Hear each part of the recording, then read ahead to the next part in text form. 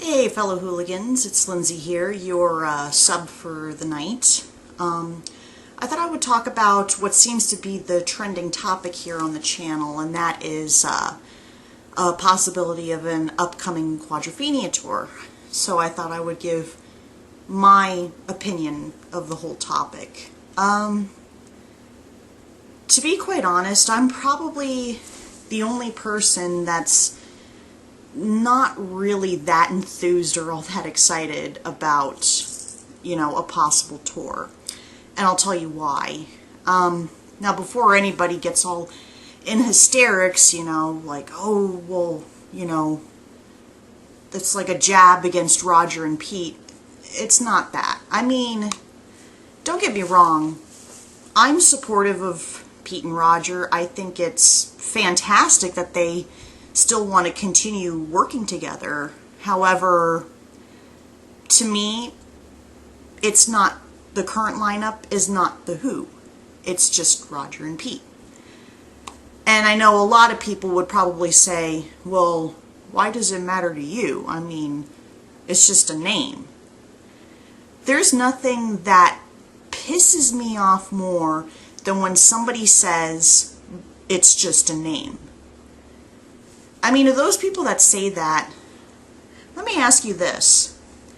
If Paul and Ringo were to get a couple guys to sub in for John and George and do work, like an album or a tour as the Beatles, how would you feel about that? You probably wouldn't be all that enthused, would you? And that's why it just really irks me when I hear somebody say, it's just a name, To me, the way I interpret it, when somebody says it's just a name, that's like a slap in the face to the band members that are deceased. Like as if you're trying to say, well, it doesn't really matter. Who gives a shit about them? And it is more than just a name. That name is an identity. Just like the Beatles is an identity. And there's faces behind that identity, behind that name. I think of the Who overall as like a lantern, a lit lantern. And all four of the guys are the fuel that keeps the lantern burning. When each member was lost, that fuel has been taken away, and therefore that flame has basically dwindled into this, dark, dim, just depressing, there's nothing to it, and I'm not saying this because, John's my favorite band member. That's not that. I even feel the same way about the Who after they carried on after Keith died.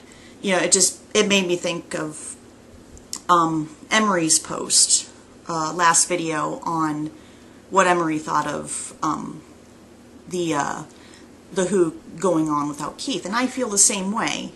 Now, yeah, I will admit there are some of their songs post-Keith that I liked, but all in all, as the saying goes, it's just not the same, And then when John died, it's like, it was the final coffin in the legacy, or the ongoing legacy, and the name, in my opinion. Now, I have nothing against Zach or Palladino or whatever his name is. I think that's, I think it's great that, they're helping Roger and Pete out, but that's just how I see it. I just see that, I don't see them, as a part of the Who. I'm sorry. It's nothing against them. But to me, John and Keith are irreplaceable. So, and I have mixed feelings about when a band carries on after a member dies.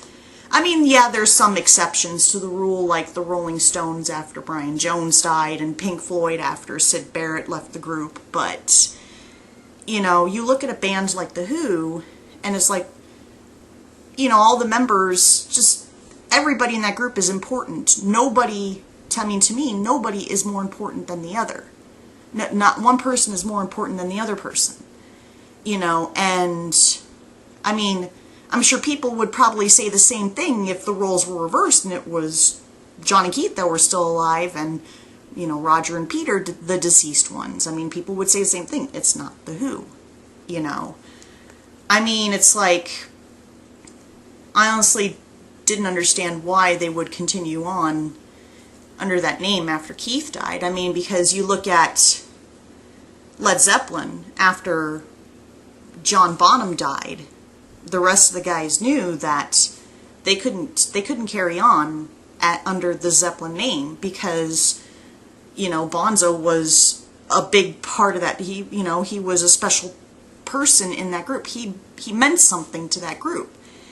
And obviously he meant something to the fans. And they knew, I think they knew that if they were to carry on in the Zeppelin name without Bonzo, then it would just destroy the fans.